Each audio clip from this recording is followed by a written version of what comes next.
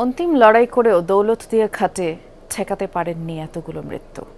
শেষ মুহূর্ত পর্যন্ত যাত্রীদের বাঁচানোর চেষ্টা করেছিলেন চালক, কিন্তু হঠাৎ নিয়ন্ত্রণ হারায় বাস।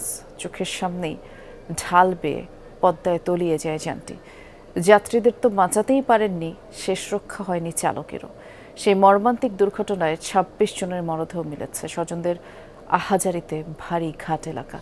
দৌলতদিয়া থেকে সহকর্মী রুবেল হাসানের ক্যামেরায় জানাচ্ছেন আরেক সহকর্মী রেদওয়ান আহমেদ। থেকে সৌহার্দ্য পরিবহনের বাসটিতে উঠেছিলেন কালাম। পন্টুনে বাসটি অনেকক্ষণ থেমে থাকায় কিছুক্ষণের জন্য নেমে দাঁড়ান তিনি। তখনই বাসটির হয় ব্রেক ফেল, ঢালু জায়গা পেরিয়ে উল্টে যায় নদীতে। আমি তো 15 মিনিট গাড়ির ভিতর বসেই ছিলাম। গাড়ির ভিতর গরম দেখে আমি নামিয়ে গেছি। নামে যাওয়ার পরে পল্টনে বসেছিলাম। এই 2 মিনিট পরে এই ঘটনা ঘটছে। আমি গাড়ির ভিতর আমু ছিলাম। আমি যেভাবে বসেছিলাম আমার বাড়ানোর কোনো ওয়ে ছিল না, আমি মরে যেতাম, নির্ঘাত মৃত্যু।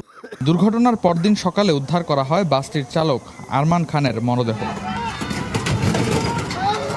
দৌলতদিয়া ঘাটের কাছেই ছিল উদ্ধারকারী জাহাজ হামজা। বুধবার রাতেই উদ্ধার করা হয় বাসটি। এরপর থেকেই নদীতে চলে ডুবুরিদের তল্লাশি। একে একে 19 জনের লাশ উদ্ধার করা হয় রাতেই।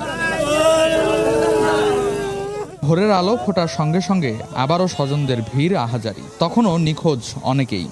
এই বাসে উঠেছে মানে এই যে ব্যাগটা নিয়ে আইছিল বাইকতে, সে বাইকতে এলো একটা প্লাস্টিকের ব্যাগ, একটা কাপড় আর একটা হলো শার্ট। ওই শার্ট দিয়ে আমরা চিনছি। আসার পরে অনেক খোঁজাখুঁজি, ধরুন অনেক কিছু হলো। রাত ভর ঝড় বৃষ্টির ভিতরে থাকার পরে সকালে ভোরের দিকে আমাদের একটা লাশ পেলাম, চাচির লাশটা পাওয়া গেছে। নিখোঁজদের তালিকা করে আবারও নদীতে নামে ডুবুরি দল। উদ্ধার করা হয় মোট 26 জনের মরদেহ।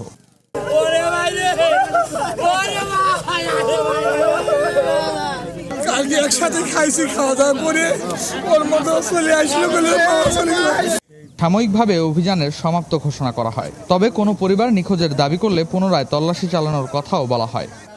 আর কোনো সন্দেহভাজন কোনো নিখোঁজ ব্যক্তিকে এখানে আসেন কি নাই এটা নিশ্চিত করে আমরা স্যারদের নির্দেশনা অনুযায়ী এবং সদয় অনুমতিক্রমে উদ্ধার কাজ সমাপ্ত করব। স্থানীয়রা জানান, প্রায় ছোট বড় দুর্ঘটনা হয় এইসব ঘাটগুলোয়, যার বেশিরভাগই ঘটে অসতর্কতার কারণে। বিআইডব্লিউটি অব্যবস্থাপনার কারণে এই দুর্ঘটনা ঘটে। কারণ এই ঘাটটা হচ্ছে মানে ঢালু আবার উঁচু এরকম থাকার কারণে এই দুর্ঘটনা ঘটে। 15 এই ঘটনা ডুবুরি আসে হলো তার আধা ঘন্টা 15 ঘন্টা পর ডুবুরি আসে। তাছাড়া আমাদের রাজবাড়ি যদি ডুবুরি থাকতো কিছু লোক হলে উদ্ধার করা যাইতো, ঈদযাত্রায় দৌলতদিয়ার এই ঘাটগুলো দিয়ে পারাপার হন হাজারো যাত্রী, কিন্তু তাদের নিরাপত্তায় এই ঘাটগুলোতে নেই ন্যূনতম কোনো ব্যবস্থা। তার ফলশ্রুতিতেই ঝরে গেল এতগুলো প্রাণ। স্থানীয়দের দাবি, এই ফেরিঘাটগুলো যেন ঢেলে সাজানো হয় এবং বাড়ানো হয় প্রশাসনের কঠোর নজরদারি। রেদওয়ান আহমেদ, যমুনা নিউজ, দৌলতদিয়া, রাজবাড়ী।